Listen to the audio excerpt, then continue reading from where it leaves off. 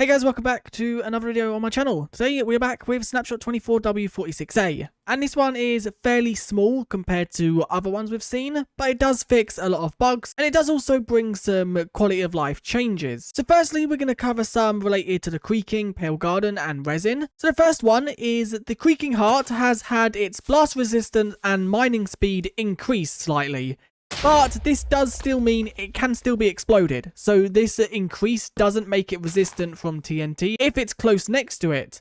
But also you'll notice when breaking this block it will be slightly slower, and you can see that right here. If I quickly just try to mine it with an axe, it'll be slightly quicker, but it will still be slower than before. Next, they've made a change to resin clumps on what blocks it can be placed on, and it can now be placed on any block that has a solid face. So I'm not exactly sure what this means and what blocks it is exactly changed for, but you can't place it on things like fences, and you can place it on things like the side of a fully closed trapdoor. Now the next change is once again to resin clumps, and resin clumps can now be waterlogged, meaning that you can place them underwater, and you can also place water inside of them if they are on land. So this means that you'll be able to do a little bit more with them when building. They do also stop water flowing, as you can see right here. And then being able to stop water flow is going to be so good for bubble columns and things like that, because you can obviously have a line of water going up and then just these on the side. Before you'd have to use things like trapdoors, signs, glow lichen.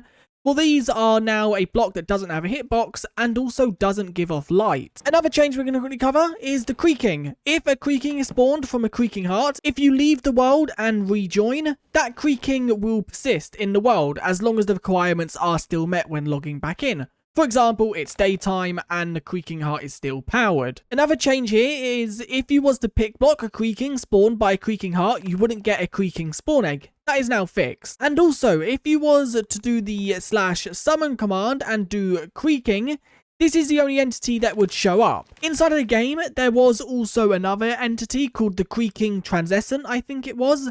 That has now been removed, and the only creaking is this one. Now, the creaking they have removed, so the Creaking Transient, that was the creaking that was spawned by a Creaking Heart. So I'm guessing they've made some changes and just made it work with the one creaking. Then removing this other version of the creaking doesn't mean anything for gameplay, it's just something for the technical side. And then the final change inside of this snapshot is wither skeletons. Inside the last snapshot, Minecraft gave a load of mobs preferred weapons. These are weapons that they would prefer to pick up off the ground.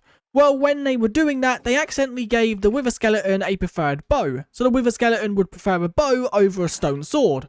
But obviously, as you can see, when you spawn one in, it spawns with a stone sword. Well, these will no longer prefer a crossbow or bow over a sword. And this can also be seen with a new tag they have added. And this is wither skeleton dislikes weapons. And inside of this tag is just the bow and also the crossbow. Now, before we jump to bug fixes inside of this snapshot, there are some technical changes. Technical changes are not that big. They are just mainly changes to the item models we saw in last snapshot. So first of all, data pack is now version 60. And in the data pack versions, they've just removed the Creaking Transient, and they have also removed trim templates tag. I'm guessing they've reworked how the crafting recipe works then. Now, resource pack is where most things come in, and they've made some changes. And resource pack is now version 45, and this brings some changes. All blocks that previously rendered only block entities, banners, heads, beds, these will now render normal block models over it. I'll show this off in game, but it's not really something you notice. Rendered block entities still can't be removed or data driven. This is only affects previously ignored block models. And then some item models they've added a new one for special. They don't give no information on that, so I don't know what that does.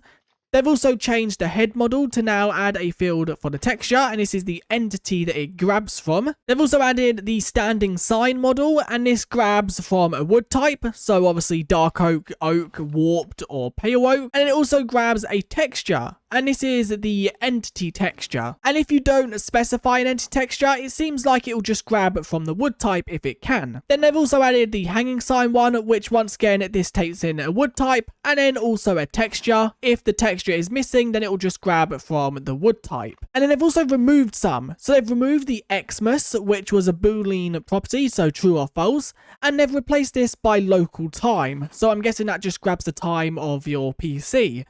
And then they've also removed shift down, and this now is replaced by extended view. They've also changed the has a component property, and this now has a added field for ignore default. Now this is the new one, extended view. This replaces the shift down, and this returns true if a player has requested extended details by holding shift key, not a keybind, and it can't be rebound. This only works when an item is displayed in the UI. And then also the keybind down property, which this returns true if a keybind is currently active, and this lets you specify a keybind ID. So example, key.use or key.left. This is actually going to be really useful. And then the local time, which this has replaced the Xmas property. They do also say for full format documentation for local time zone and patterns, see ICU. And then there is a thing that you can search right here for if you want to make sure it's translated properly. And this has some fields. Now, because the local time component is a bit confusing, I've brought up the chest, which this is where it's used. And this is an example of how it can be used. So you can see it takes in the chest and the Christmas chest. And then you can see when, which is 12/24, 12/25, and 12/26. And you can also see down here the pattern is months and day. So the 12 is the month, and then the 24, 25, 26 is the days. So the Christmas chest will be applied on the 24th of December, 25th of December, and 26th of December. So if you want to make your own item models that change for Halloween, Easter, or even your birthday, that is something you can do with this system. And then the final one they've added is the holder type, and this returns the holding entity type if present. So I guess with this one, you can kind of have the model change depending on if a zombie's holding it, or if a skeleton is holding it, or maybe even if a player is holding it. That's really cool. Now, there are some bug fixes, which we are going to quickly just cover. There was also a bug, which I think is interesting, and I want to quickly just try it. So let's grab ourselves a trident, and then let's also grab ourselves some food. Let's grab enchanted golden apples, just because you can always eat them without needing to be hungry. So the bug here was, if you was to use an item underwater, it would force you out of swim mode. And as you can see, that is no longer the case. I'm still swimming around while throwing my trident and also eating. And apparently I hit a fish there. I did not mean to do that. But this is a really good change because it now makes PvP underwater a lot easier. And it means that you don't keep bobbing out of swim mode. And it also means that if you get hungry or something, you can eat and you won't be pushed out of swim mode. They've also made the correct changes inside of the snapshot to the bee. Now, if you are to have a bee go on to a closed eye blossom, they'll no longer be affected by it and they won't be poisoned. And you still can't feed them the closed one.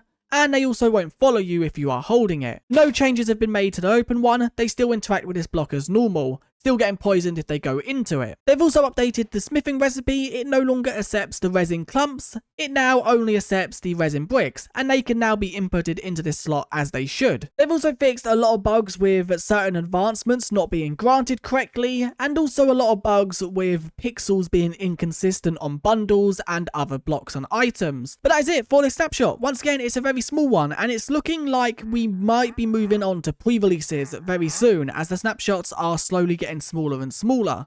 But anyway, if you enjoyed this video, do leave a like and subscribe, and I guess I'll see you guys in the next one. Bye.